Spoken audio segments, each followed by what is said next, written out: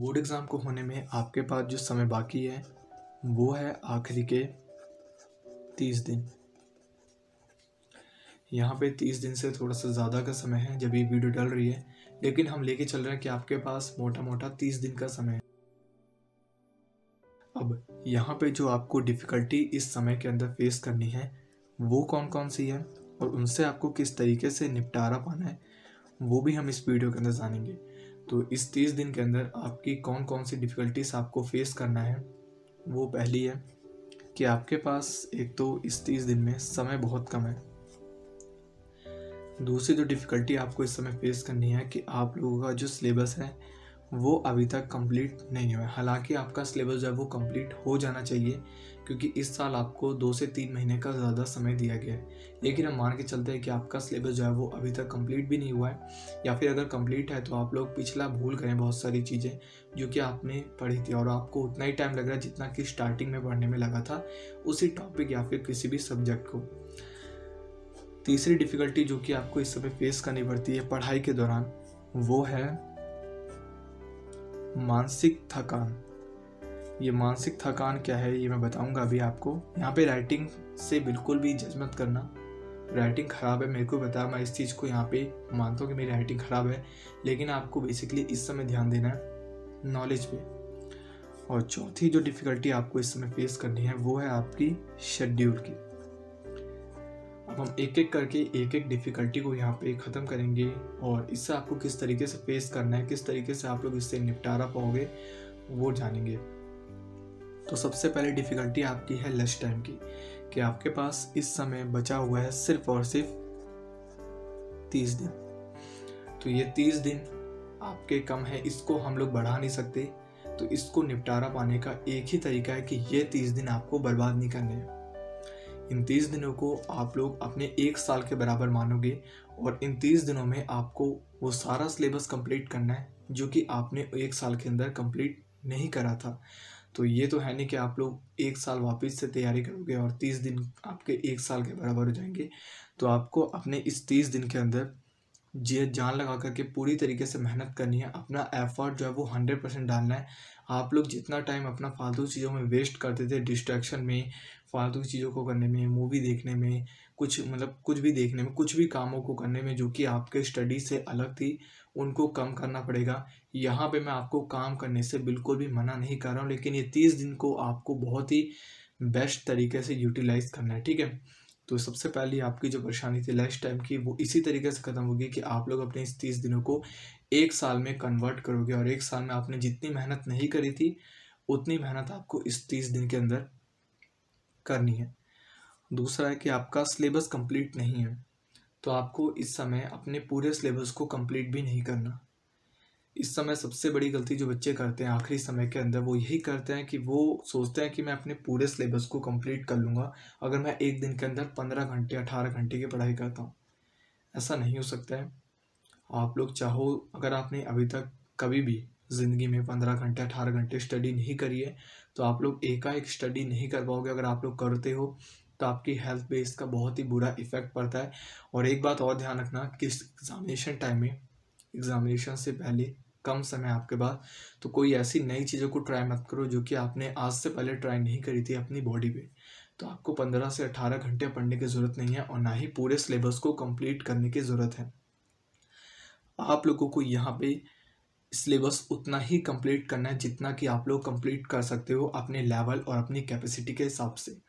यहाँ पे सिलेबस किस तरीके से कंप्लीट करना है उसके बारे में मैं ज़्यादा डिटेल नहीं करूँगा। बस इतना ही कहूँगा कि आप लोग को सिर्फ उन्हीं टॉपिक को कंप्लीट करना है जिससे आपके एग्जामिनेशन में क्वेश्चन आएंगे, और इसके बारे में पूरी जानकारी लेने के लिए ऊपर आई बटन में आपको लिंक मिल जाएगा, वहाँ जाके इसको अच्छे से डीपली एक्सप्लेन करा है, वहाँ समझ सकते हो। चौथी जो परेशानी है वो है सभी का मानसिक थकान। और ये मानसिक थकान क्या है, जैसे ही आप लोग एक पैराग्राफ पढ़ते हो, दूसरा पैराग्राफ पढ़ते हो, तीसरा पढ़ते हो, तो चौथे में आपका मन जो है वो उठने लगता है और आपको लगता है कि हाँ यार अब मेरा पढ़ने का मन नहीं कर रहा, थोड़ा सा खेल लेते हैं या फिर बाहर चले जाते हैं।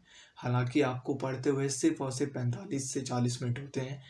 तो उस कंडीशन में आप लोग किस तरीके से लॉन्ग टाइम तक स्टडी करोगे, क्योंकि जब तक आप सभी लोग ज़्यादा समय तक स्टडी करने की हैबिट को नहीं डालोगे तब तक आप सभी लोग एग्जामिनेशन में 30 दिनों के अंदर तो 90 to 95% स्कोर नहीं कर सकते हो।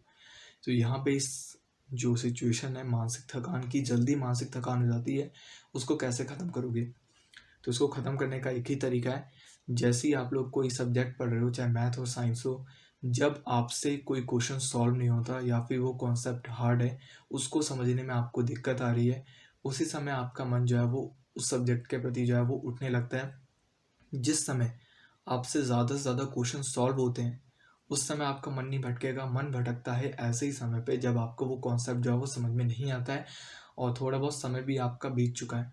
तो यहाँ पे आपको क्या करना है, जैसे ही आपका मन उठे, जैसे ही हार्ड सब्जेक्ट पढ़ रहे हो वैसे ही आपका मन उठ रहा है, तो उसी समय आपको कोई ऐसा सब्जेक्ट ले लेना है जो कि आपका लैंग्वेज टाइप का है, मतलब कि हिंदी हो गया, इंग्लिश हो गया, एसएसटी हो गया, जिसमें आपको थोड़ा सा मतलब प्लेजर मिले माइंड को, या फिर कुछ कहानी टाइप, क्योंकि वो भी आपके सिलेबस के अंदर ही है। तो इसमें आपका कोई घाटा नहीं होगा कि आप मैथ्स के बाद डायरेक्ट हिंदी को उठा रहे हो, नहीं। इससे ये होगा कि आपने मैथ्स भी स्टडी कर ली, उसके बाद जैसे ही आपका मन उठ रहा था तो आप लोग हिंदी पे आ गए और थोड़ी बहुत कहानी पढ़ ली, आपने एक चैप्टर पढ़ लिया, फिर एक चैप्टर पढ़ने के बाद तुरंत आओ मैथ्स पे, फिर से आ जाओ। ये नहीं कि आपने पूरी तरीके से उसको छोड़ दो, पूरा दिन मतलब आपका चले जाए, फिर अगले दिन उठाना नहीं, अगले दिन नहीं उठाना। जैसे ही आपका मन थोड़ा सा लगे कि हाँ शांत हो गया है, अब थोड़ा सा फोकस होगा, वैसे ही आप लोग अपने मैथ्स पे वापस आ जाओ या फिर साइंस पे आ जाओ, जो भी आप लोग हार्ड सब्जेक्ट अपना पढ़ रहे थे जिसके अंदर आपका मन जो है वो नहीं लग रहा था। यहाँ पे मैं आपको ये नहीं कहूँगा कि बिल्कुल स्टडी मत करो। अब आते हैं अपने शेड्यूल पे। तो यहाँ पे शेड्यूल कैसा रहने वाला है उसको जानते हैं। तो शेड्यूल आपका क्या है, शेड्यूल बेसिकली आपका दो टाइप का है। एक आपका है यहाँ पे शेड्यूल ओवरऑल, दूसरा आपका शेड्यूल है यहाँ पे डेली। अभी डेली और ओवरऑल शेड्यूल क्या है, यहाँ पे जो डेली शेड्यूल है आपका, उसमें आपके 3 पॉइंट्स आएंगे। लेकिन हम 3 पॉइंट को जानने से पहले सबसे पहले ओवरऑल को कंप्लीट करते हैं। ये ओवरऑल शेड्यूल का मतलब ये है कि आप लोग अपना एक प्रॉपर शेड्यूल बनाओ।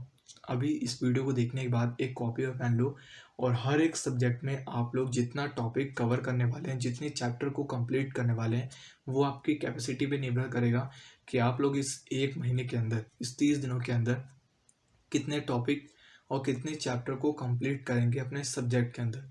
आपको पूरा एक शेड्यूल बनाना है, अपना पूरा एक यहाँ पे सूची भी तैयार कर लेनी है कि क्या क्या चीज़ें आप लोग इस 30 दिन के अंदर पढ़ने वाले हैं। सभी चीज़ों की सूची नहीं तैयार करोगे कि हर एक चैप्टर को कंप्लीट करूँगा, उसके लिए आपको मतलब कम से कम 18 से 15 घंटे की पढ़ाई करनी पड़ेगी। तो ऐसा मत करो। अगर आपने आज से पहले नहीं करी, हेल्थ ख़राब हो जाएगी, एक दिन पढ़ लोगे, अगले 5 दिन बीमार पड़ जाओगे, तो ऐसा मत करना। तो जितना भी आपको कंप्लीट करना है, जितना भी आपका इंपॉर्टेंट पार्ट है, मैंने पहले ही कहा था सिलेबस से इंपॉर्टेंट टॉपिक निकालने का जो तरीका है वो आई बटन में आपको मिलेगा।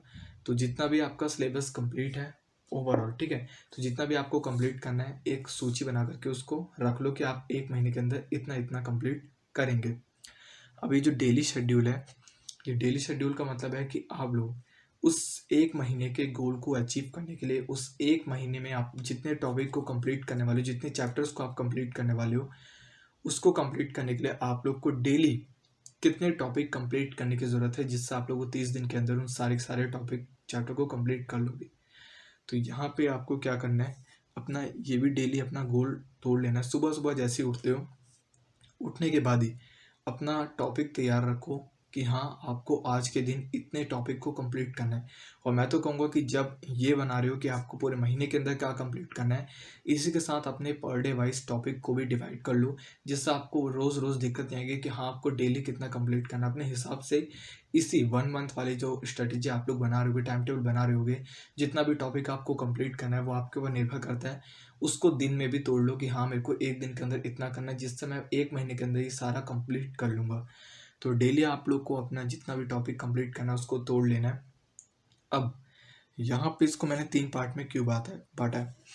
तो सबसे पहले तो है आपका यहाँ पे लैंग्वेज, दूसरा है आपका यहाँ पे रिवीजन,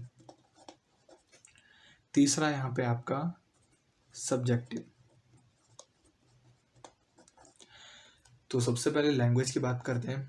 तो ये जो लैंग्वेज है आपका वो क्या है, यहाँ पे लैंग्वेज का मेरा मतलब ये है कि आप लोग दिन के अंदर, एक दिन के अंदर जितना भी पढ़ रहे हैं उसमें आपका मिनिमम यहाँ पे 2 आवर्स आपको लैंग्वेज सब्जेक्ट को ज़रूर देना है। 1 घंटा आप लोग 1 घंटा आप लोग यहाँ पे इंग्लिश को दोगे और 1 घंटा आप लोग यहाँ पे हिंदी को दोगे, क्योंकि जो इंग्लिश और हिंदी वाले आपके लैंग्वेज सब्जेक्ट हैं ये मतलब आपके 1 घंटे के अंदर कंप्लीट हो जाएंगे। अगर आपके 6 से 7 पेज है, मतलब एक चैप्टर कंप्लीट हो रहा है अगर 6 से 7 पेज के अंदर, वैसे आपका ज़्यादा लंबा चैप्टर नहीं होगा, लेकिन मैं मान के चलता हूँ 6 से 7 पेज के अंदर है तो आप लोग 1 घंटे के अंदर 6 से 7 पेज कंप्लीट कर सकते हो। तो आपको दिन भर के अंदर 2 घंटा अपने लैंग्वेज वाले सब्जेक्ट को देना है। ये आपके टाइम टेबल के अंदर इंक्लूड होगा और इस दुनिया का कोई ऐसा बंदा नहीं है जो कि आपको टाइम टेबल दे सके, इसलिए मैं कोई बना बनाया आपको टाइम टेबल नहीं दूंगा। लेकिन अगर आपके मन में फिर भी दिक्कत है कि हाँ भैया आप मेरे को कोई टाइम टेबल प्रोवाइड करो, तो ऊपर आई बटन में लिंक है, वहाँ से टाइम टेबल को ले सकते हो आप लोग अपने स्टडी का। ठीक है, मैंने एक प्रैक्टिकल आपको बना करके सिखाया है, वरना तो आपको टाइम टेबल बनाने की ज़रूरत नहीं है।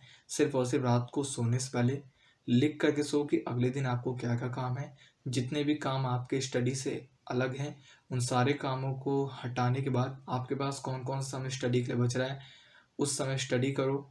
और फिर से रात को जैसे ही बैठोगे तो अगले दिन का आप लोग को एक दिन पहले रात को तैयार करना पड़ता है, और ये हर कोई करता है जितने भी सफल आदमी हैं। दूसरा है यहाँ पे रिवीजन।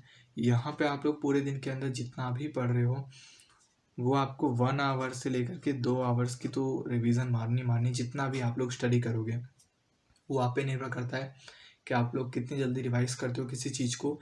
लेकिन यहाँ पे एक बात का ध्यान देना, बच्चे यहाँ पे सबसे बड़ी गलती जो करते हैं वो इसी चीज़ में करते हैं कि जब भी वो रिवाइज करते हैं तो मतलब पूरा कॉन्सेप्ट नहीं देखते हैं। वो यहाँ पे मतलब जो हाँ ये पढ़ लिया चलो यार ये तो हो जाएगा, हाँ इसके बाद जैसे मैथ्स का कोई फॉर्मूला सॉल्यूशन कर रहे हो तो मैथ्स के सॉल्यूशन में आप लोग देखोगे कि हाँ यार इस क्वेश्चन को मैं ऐसे से ऐसे कर लूँगा, तो ऐसा नहीं करना है। आपको पूरा सॉल्यूशन लेना है, आपको पूरा करके देखना है कि हाँ आपको कहाँ पूरी तरीके से याद है, क्योंकि काफ़ी ऐसे कॉन्सेप्ट है जो कि आपके माइंड को लगता है कि आपको आते हैं लेकिन वो दिमाग से निकल चुके होते हैं, और जब बाद में उसको स्टडी करोगे तो ऐसा बिल्कुल मत करना, क्योंकि साइकोलॉजी का हैक है कि जब तक आप लोग किसी कॉन्सेप्ट को 3 बार नहीं करते हैं तब तक आप उस चीज़ को याद नहीं रख सकते, वो चीज़ भूलेगी ही भूलेगी। तो साइकोलॉजी का हैक है 3 बार नहीं पढ़ोगे तो भूल जाओगे।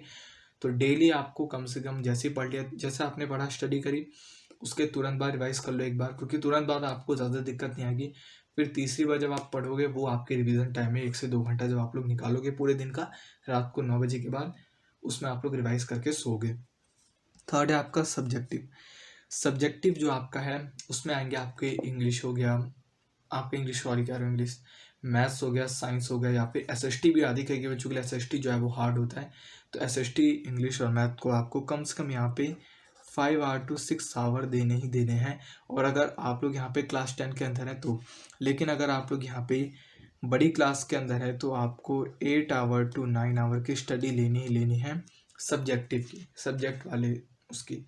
8 आवर नहीं हो रहे तो 5 से 6 आवर्स भी आपके लिए इनफ रहेंगे, क्योंकि आपने ऊपर जो है वो 2 आवर्स की अपने लैंग्वेज वाले सब्जेक्ट को भी इंक्लूड करा है और 2 घंटा रिवीजन को करा, तो 6 आवर्स तो हर बच्चे के लिए यहाँ पे रहने वाली है। लेकिन फिर भी अगर आप लोग चाहते हो या फिर आपको लग रहा है कि समय कम है तो आप लोग 8 से 9 घंटा अपने यहाँ पे सब्जेक्टिव जो कि आपके मेन सब्जेक्ट हैं, जो कि मेन मतलब कि यह है कि आपके जो हार्ड वाले सब्जेक्ट हैं उनको आप लोग मिनिमम 5 to 6 आवर्स दोगे ही दोगे। तो इस तरीके का आपका पूरा शेड्यूल रहने वाला है, और इस शेड्यूल में आपको मैंने वो सारी चीज़ें बता दी जो कि आपके एग्जामिनेशन में आपको बहुत ज़्यादा काम आएंगी और आपके लिए इम्पोर्टेंट थे जाननी। तो यहाँ पे आपकी ये वीडियो एंड होती है, और अपने एग्जामिनेशन में अच्छे मार्क को लेकर आना। राइटिंग थोड़ी सी ख़राब थी, इसके लिए मैं सॉरी कहूँगा, क्योंकि यहाँ पे आप लोगों को जो स्क्रीन पे दिख रहा है वो बड़ा बड़ा दिख रहा है, लेकिन यहाँ पे ये बेसिकली बहुत छोटे छोटे शब्द में लिखा गया है। क्योंकि यहाँ पे बोर्ड में अगर हम होते तो बोर्ड पे हम इसको साफ साफ लिखते और इसको क्रॉप करके डाला जा रहा है, बेसिकली आपको बताना चाहता हूँ। तो इसलिए आपको ये राइटिंग थोड़ी सी यहाँ पे ख़राब है, क्योंकि बहुत छोटा छोटा में लिखना पड़ रहा है एक पन्ने पे।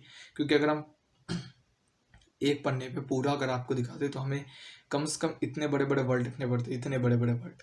तो एक इतने बड़े बड़े वर्ड लिखते तो यार उसमें तो हमारा बहुत टाइम वेस्ट हो जाता, तो हमने यहाँ पे छोटे वर्डों को लिया है। तो thank you, all the best. Examination में अच्छे मार्क को स्कोर करना, और नेक्स्ट वीडियो आएगी तो उस वीडियो को ज़रूर देखना।